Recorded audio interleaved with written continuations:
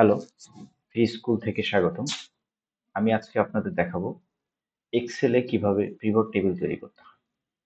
Excel pivot table তৈরি করতে হলে প্রথমে আপনি যেই ডেটাগুলি দিয়ে পিভট টেবিল তৈরি করতে চাচ্ছেন সেই ডেটাগুলি আপনাকে সিলেক্ট করতে হবে। তো আমি সম্পূর্ণ ডেটাগুলি সিলেক্ট করে নিলাম। সিলেক্ট করে আপনাকে যেতে হবে ইনসার্টে। ইনসার্ট থেকে দেখেন পিভট টেবিল লেখা আছে। আমি পিভট টেবিলে ক্লিক করলাম। পিভট টেবিলে ক্লিক করার সাথে সাথে নতুন একটা উইন্ডো চলে আসলো।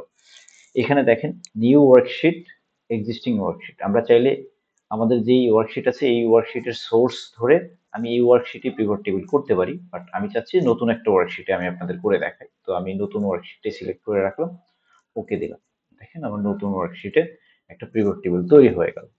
এখন পিভট টেবিলটা আমরা কিভাবে সাজাতে পারি? ধরেন আমি যদি কাস্টমার নেমকে আমি রোতে নিয়ে আসলাম। দেখেন সব কাস্টমার নেম চলে আসলো। এরপরে যদি আমি আসি যে অর্ডার অ্যামাউন্টটা যদি আমি ভ্যালুতে বসাই, দেখেন তো কাস্টমারের নেম এবং তার অর্ডার অ্যামাউন্ট চলে আসলো টোটাল। ইভেন এখানে আপনি গ্র্যান্ড টোটাল দেখতে পাচ্ছেন।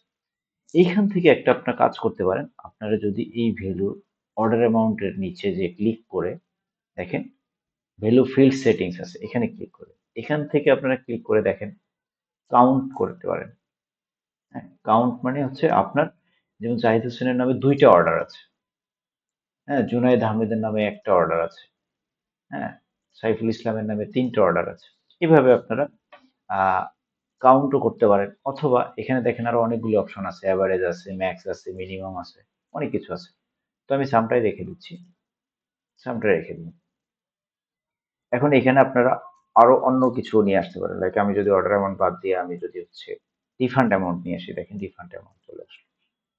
তো এভাবে আপনারা খুব সহজেই পিভট টেবিল করে আপনারা আপনাদের ডাটাগুলিকে খুব সহজে সর্ট আউট করে রিপোর্ট আকারে দেখতে পারবেন।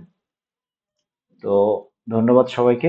আশা করছি ভিডিওটা আপনাদের দৈনন্দিন কাজের ক্ষেত্রে খুবই হেল্পফুল হবে।